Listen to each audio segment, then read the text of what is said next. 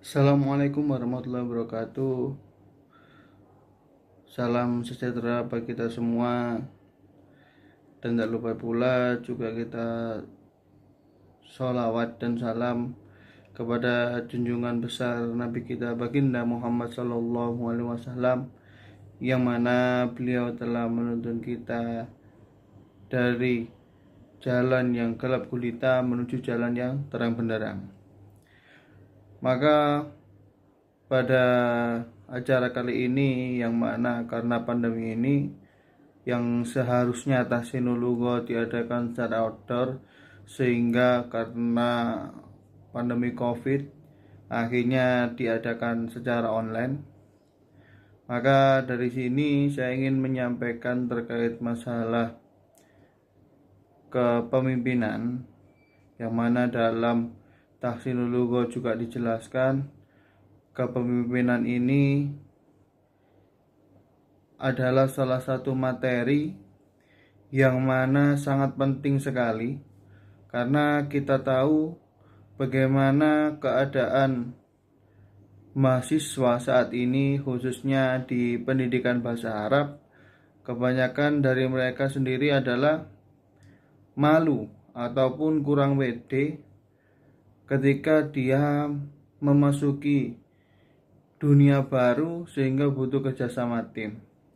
Nah, maka tujuan dari leadership ini atau kepemimpinan ini adalah salah satu kunci sehingga tim tersebut bisa berhasil sesuai dengan apa yang mereka inginkan, sehingga tujuan-tujuannya tercapai dengan semangat dan kerja keras dari sebuah tim tersebut. Maka seperti yang kita tahu, bahwasanya di era yang serba bisa ini, yang serba ada ini, banyak sekali mahasiswa ini menjadi mahasiswa yang kupu-kupu. Jadi kuliah pulang, sehingga saya harap nanti ketika teman-teman maba, ketika nanti sudah bisa tatap muka, nanti banyak sekali organisasi-organisasi yang mana itu bisa menempuh kalian atau menempah kalian, sehingga kalian menjadi orang yang lebih dewasa lagi dan orang yang berguna di masyarakat, dan bukan menjadi sampah masyarakat. Nah, itu sedikit banyak terkait masalah pembukaan kepemimpinan. Nah, yang selanjutnya yakni kalau kita membahas terkait pemimpin, pemimpin ibarat di anggota tubuh itu adalah suatu kepala, yang mana anggota badan mulai tangan sampai ke bawah ini adalah anggota dari pemimpin tersebut, kepala tersebut. Maka ketika ada salah satu anggota badan tersakiti, maka otomatis kepala ini pasti akan sakit. Nah, apabila kepala ini sakit, maka anggota pasti akan bingung. Ketika seperti contoh, ketika orang sakit kepala, maka pasti anggota badan bingung. Ada yang mijuti kepalanya, ada yang ngompres kepalanya. Ini tujuan apa? Agar kepala ini bisa berjalan lagi dan bisa berpikir lagi. Sehingga itulah yang mana suatu kepemimpinan adalah diibaratkan suatu kepala. Nah, maka pemimpin itu bukan lahir dari seorang keturunan pemimpin, itu belum tentu. Karena apa? Karena pemimpin itu ditempa, bukan dari nasab, ya. Jadi nasab itu belum tentu belum tentu itu mewakili atau mengefikan bahwasanya ketika anak orang tua itu pemimpin, maka anaknya jadi pemimpin. Ini belum tentu, karena banyak realita-realita di sekeliling kita ini, masih banyak orang-orang yang tidak sesuai dengan apa yang diinginkan orang tuanya selaku orang tuanya pemimpin. Nah, maka di sini ada 3 kata kunci, yang mana kata kunci ini bisa menjadi tolak ukur teman-teman prodi pendidikan bahasa Arab bagaimana seharusnya pemimpin. Yang pertama yakni 1, kata kuncinya ya ini harus berpengaruh. Jadi ketika sampean selaku mahasiswa, maka sampean harus punya gebrakan-gebrakan baru, yang mana gebrakan ini nanti sampean bisa terapkan di kampus dan sampean bisa terapkan di rumah. Karena apa? Suatu organisasi itu dikatakan sukses ketika sampean menjadi pejabat kampus dan sampean keluar dari kampus, sampean masih tetap menjadi orang yang berpengaruh. Lah, ini salah satu kunci. Karena apa? Karena ketika sampean salah satu kelompok masyarakat ataupun sekelompok mahasiswa, ketika sama sedang berdiskusi, pasti ada salah satu orang yang paling berpengaruh di sana. Lah, ini tujuannya apa? Lah, ketika orang itu sudah berpengaruh, maka orang itu bisa memimpin teman-teman yang lain. Nah, beda lagi dengan mempengaruhi. Karena apa? Pemimpin itu akan layak disebut memimpin ketika teman-temannya mengakui. Jangan sampai seorang pemimpin minta diakui. Lah, ini salah. Jadi, seharusnya pemimpin itu diakui oleh anggotanya atau oleh golongannya. Jadi seperti itu. Itu yang pertama terkait masalah pengaruh. Karena apa? Nah, ketika pemimpin ini juga bisa dipengaruhi, maka dia juga bukan disebut pemimpin. Karena apa? Ketika pemimpin ini membuat suatu kebijakan, maka dia harus menyerap atau mendengar seluruh aspirasi dari teman-temannya, dari anggotanya. Maka ketika semua diserap satu persatu dan tidak mementingkan ego dari seorang pemimpin tersebut, maka akan lahir suatu kebijakan yang mana kebijakan ini akan diterima oleh orang lain. Ya, pengaruh. Jadi seperti contoh, ini realita yang terjadi di Indonesia. Indonesia ataupun di negara manapun, kebanyakan pemimpin dalam tanda kutip dia tidak sempurna. Yang pertama apa? Satu, seorang pemimpin ini tidak dibutuhkan orang yang pintar. Jadi ini perlu digarisbawahi. Bukan berarti orang pintar harus jadi pemimpin, enggak. Jadi yang harus jadi pemimpin, kata kuncinya adalah satu, dia harus mengerti, ya kan? Jadi ketika orang ini sudah mengerti, maka orang yang akan dipimpinnya ini akan segan. Jadi seperti itu. Nah, ketika dia ini hanya pintar saja tanpa tidak mengerti perasaan orang lain, maka dia tidak akan bisa jadi pemimpin. Karena dia apa? Dia akan lebih merasa unggul ketika bertemu dengan orang-orang yang lain. Ya, itu adalah salah satu kata kunci. Maka kenapa? Sehingga pemimpin kita saat ini ataupun yang masa lalu, ketika dia sudah berpengaruh, dia akan dipilih oleh rakyat atau dipilih oleh teman-temannya.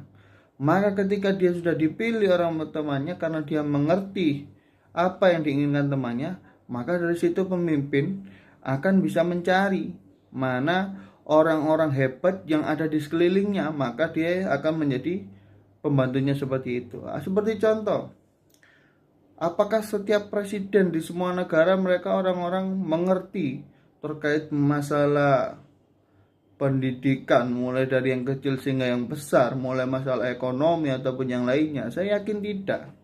Karena apa? Karena yang dibutuhkan presiden adalah sosok orang-orang yang mana dia bisa merangkul semua golongan, memberikan kesejukan, dan dia bisa mengaplikasikan keinginan dari rakyatnya itu menjadi suatu kebijakan. Nah, dari situ tadi makanya dibutuhkan sosok pemimpin. Nah, setelah ada sosok pemimpin, maka pemimpin ini akan mencari salah satu kabinet ataupun menteri-menterinya ini adalah orang-orang yang hebat, ya kan? Sehebat-hebat menteri walaupun profesor, tapi seperti yang kita ketahui di sebuah negara demokrasi, maka itu bukan jaminan, ya kan?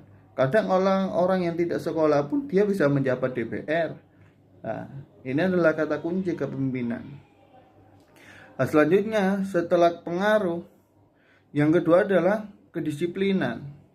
Jadi kedisiplinan ini bukan hanya terkait masalah waktu ataupun masalah kegiatan, bukan itu saja. Akan tetapi kedisiplinan ini bagaimana? Jadi pemimpin ini harus punya yang namanya prinsip hidup, ya kan? Prinsip hidup yang bagaimana? Dia harus rela ketika ada apa-apa dengan suatu hal yang dipimpinnya atau sesuatu hal yang di kelompoknya atau masyarakatnya, maka dia harus paling bertanggung jawab di sana. Karena apa? Dia seorang pemimpin. Dan sebaliknya, ketika ada suatu kebahagiaan atau kesenangan, maka otomatis pemimpin ini adalah yang terakhir untuk merasakan kesenangan. Karena apa? Kebanyakan dari kita menilai seseorang, menilai pemimpin itu dari pemimpinnya. Salah. Jadi pemimpin kenapa bisa dia menjadi sukses? Karena ada orang-orang yang di sekelilingnya. Maka sehingga itulah pemimpin menjadi apa yang telah dipimpinnya ini bisa menjadi sesuatu hal yang sangat bagus, sehingga masyarakat puas dengan hal itu tadi. Nah, dari disiplin ini, karena apa? Ketika sampan memimpin suatu golongan, sampan memimpin suatu organisasi, sampan pasti akan diiming-imingi oleh hal-hal yang lain. Jadi ini, ketika sampan memimpin suatu organisasi, maka sampan akan tahu akan ada oknum-oknum yang lain ingin menghasut sampean untuk mengeluarkan kebijakan atau untuk merugikan salah satu pihak. Nah, ini harusnya pemimpin seperti itu. Jadi dia harus bisa mengcounter apa yang sekiranya itu mengganggu ataupun mengusik dirinya. Jadi seperti itu. Lah pemimpin pun jangan gengsi untuk minta maaf. Jadi ketika sampai melakukan suatu kesalahan, sampean harus meminta maaf kepada anggotanya. Dan ketika sampean menyampaikan suatu contoh seperti halnya ketika suatu kepanitiaan, sampean harus membanggakan. Awal pemimpin itu ketika membuka rapat ataupun suatu kepanitiaan, satu sampean memuji, ya kan? Setelah sampean memuji, dua sampean memberi masukan, ya kan? Yang kedua ini memberi kritik, sama memberi kritik. Yang ketiga sama memberikan masukan, ya kan? Sama memberi opsi bagaimana apa yang sama kritik ini loh ada jalannya. Jadi seperti itu. Jadi bukan pemimpin itu ketika dia seperti hal contoh kecil kepanitiaan, dia tiba-tiba melakukan membicarakan bahwasanya kepemimpinan, kamu itu bodoh, kamu ini tidak bisa seperti inilah. Ini salah. Karena apa? Pemimpin ini mengayomi. Dia harus kerja tim, bukan menjustis atau menghina suatu anggota dari kepanitiaan tersebut dengan embel-embel dia tidak mampu. Bukan. Ya kan? Jadi yang pertama pemimpin itu ketika rapat maupun rapat apapun dia harus memuji pertama kali, karena semua anggotanya telah berusaha dengan keras sehingga anggotanya ini dapat bekerja secara maksimal. Walaupun kadang di suatu kepanitiaan pasti ada hal-hal yang dirasa kurang. Jadi seperti itu. Nah, ketika pemimpin ini mempunyai karakter yang kuat, tidak dapat dipengaruhi dan dia bisa mempengaruhi, maka otomatis banyak orang-orang yang akan segan, akan suka dengan ciri khas dari kepemimpinan itu tersebut. Nah, poin yang ketiga yang terakhir yakni setelah tadi masalah pengaruh, disiplin, yang ketiga adalah bijak. Ya. Jadi bijak dalam bagaimana? Dia bijak dalam dikritik dan dia bijak dalam menyampaikan kritik, sehingga teman-temannya ini tidak malu ataupun anggota yang dipimpinnya ini tidak malu untuk menyampaikan sebuah masukan-masukan. Nah, ketika pemimpin ini diberi masukan, jangan sampai pemimpin ini merasa pintar sehingga dia membantah seluruh masukan anggotanya karena dia merasa saya yang bertanggung jawab. Nah, ini salah. Maka pemimpin ini harus bisa merasakan mana arah-arah atau sebuah masukan ini yang bisa membangun keharmonisan atau membangun warna dari sebuah kelompok tersebut sehingga bisa menyatu ataupun kembali bisa kembali menyatu kembali sehingga apa yang nanti di konsep ke depan ini bisa lebih baik lagi. Ini seorang pemimpin. Maka sahabat-sahabat sekalian dari prodi pendidikan bahasa Arab, pentingnya kepemimpinan ini adalah pentingnya organisasi ataupun nanti akan menjadi kepemimpinan. Ini adalah suatu kepentingan yang sangat urgent yang dibutuhkan saat ini. Karena apa? Ketika semakin media semakin canggih, maka remaja mahasiswa di zaman kita seperti ini akan semakin jatuh, semakin males, semakin tidak berani mengambil gebrakan hal-hal yang baru, ya kan? Jadi karena kita pendidikan bahasa Arab bukan berarti kita hanya bisa bahasa Arab. Ini salah. Jadi kita harus membuktikan bahasa Arab ini bukan hanya bahasa ini hanya ilmu, ya kan? Jadi ketika sampai kuliah di UIN Sunan Ampel Surabaya, maka sampai harus cari bukan hanya ilmu intra saja, akan tetapi harus ada ilmu ekstra. Jadi ketika sampai ambil dua-duanya secara seimbang, maka hard skill dan soft skill sampean akan berkembang.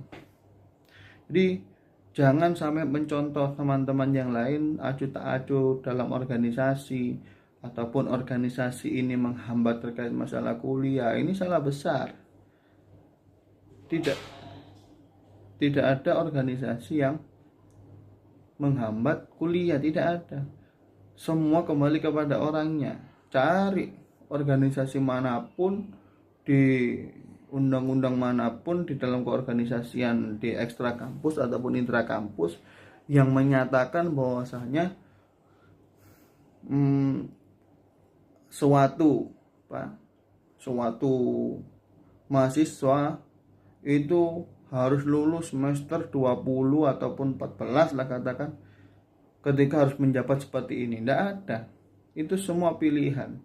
Jadi ketika sampean bisa mengimbangkan antara intra kampus dan ekstra kampus, maka sampean akan menjadi orang-orang yang bisa diandalkan. Karena apa? Sampean ketika nanti terjun di dunia pekerjaan, sampean tidak akan ditanyakan terkait masalah apa yang kamu pelajari, apa yang karena di dunia pekerjaan sendiri lebih banyak dia akan menanyakan terkait masalah apa pengalaman kamu. Nah, dari pengalaman ini akan muncul sebuah karakter, sebuah jati diri, sehingga dia akan menjadi orang yang berguna.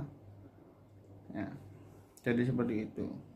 Nah, maka dari itu saya anjurkan kepada teman-teman mahasiswa pendidikan bahasa Arab, jangan pernah terhasut dengan teman-teman lain ketika sampai menentukan sebuah hal apa yang nanti bisa menempa Anda untuk menjadi orang-orang yang hebat, karena itu ditentukan oleh teman-teman saat ini, ya. Jadi seperti itu. Nah, ketika nanti sampai kita kembali lagi ke dunia kerja, sampai akan nanti ada seperti contoh di dalam sistem sekolah pendidikan. Ketika sampai bersekolah, itu pasti nanti ada kepala sekolah, dan kepala sekolah pun belum tentu dia harus kepala sekolah harus manajemen pendidikan. Belum tentu. Bisa saja kepala sekolah guru olahraga, bisa saja kepala sekolah guru bahasa Arab, atau guru-guru yang bahasa, atau guru-guru di bidang lainnya, Karena apa? Karena dari sinilah kita bisa belajar bahwasanya pemimpin ini bukan dari dia dididik bukan di dalam kelas ataupun di saat dia belajar ketika itu, akan tetapi pemimpin ini dididik ketika di luar kelas. Karena apa? Ilmu yang ada di dalam kelas ini kita ibaratkan adalah suatu tembok. Jadi ketika saya belajar di dalam kelas, ini ada tembok yang menghalangi pemikiran sampean, pemikiran sahabat-sahabat sekalian, sehingga pemikiran-pemikiran ini tidak bisa berkembang. Akan tetapi ketika sampean sudah menyerap ilmu di dalam kelas, ruangan kelas, ya kan, ketika sampean keluar, ini sampean akan melihat tidak ada batas-batasan terkait ilmu. Ketika sampean melihat sekeliling sampean tanah lapang, bunga ataupun pemandangan yang lain, ketika sampean mencari inspirasi, ini menunjukkan apa? Bahwasanya ilmu ini bukan hanya sebatas di dalam kelas, ya. Jadi seperti itu. Nah, ini terkait masalah dunia kerja. Jadi jangan pernah minder walaupun kalian berpendidikan bahasa Arab. Jangan cita-cita kalian harus lebih tinggi, ya kan? Karena apa? Ini kunci atau apa? Satu hal yang selalu saya pegang ketika saya berada di kampus. Ada satu hal yang bisa melihat karakter dari seseorang tersebut. Karakter itu baik ataupun karakter itu kurang baik. Jadi saya ketika melihat karakter seseorang itu ketika seseorang itu menjabat. Karena apa? Ketika orang itu belum di suatu kepanitiaan nanti ada event-event yang ada di WPA, sama akan nanti ada namanya ketua panitia, ada yang namanya koordinator, ya kan? Jadi nanti Saman bisa lihat di sana. Ketika Saman sudah diberi tugas untuk menjadi panitia, maka karakter dari seseorang yang Saman belum ketahui maka akan keluar semua, ya kan? Mulai dari ketuanya bagaimana, koordinatornya bagaimana, anggotanya bagaimana, itu nanti akan keluar karakternya. Nah, ketika Saman hanya berbaur, Saman hanya hanya ngobrol biasa, hello, nongkrong, ini sampai tidak akan tahu karakternya. Tapi ketika sampean ini terjun di suatu kepanitiaan, terjun di suatu keorganisasian, maka sampean akan tahu karakter-karakter orang tersebut. Oh ternyata seperti ini, oh ternyata seperti ini, ya kan? Bukan berarti pemimpin ini karakternya ketika jadi pemimpin terus, ya kan? Ketika dia berada di luar keorganisasian, dia memimpin parkir katakan ya. Terus dia memimpin orang orang memarkirkan mobil, ini enggak, ya kan? Jadi ketika dia pemimpin ketika dia berada di dalam suatu keorganisasian yang dia pimpin, dan dia akan menjadi orang biasa ketika dia keluar ataupun ketika tidak sedang melaksanakan jabatan tugas tersebut.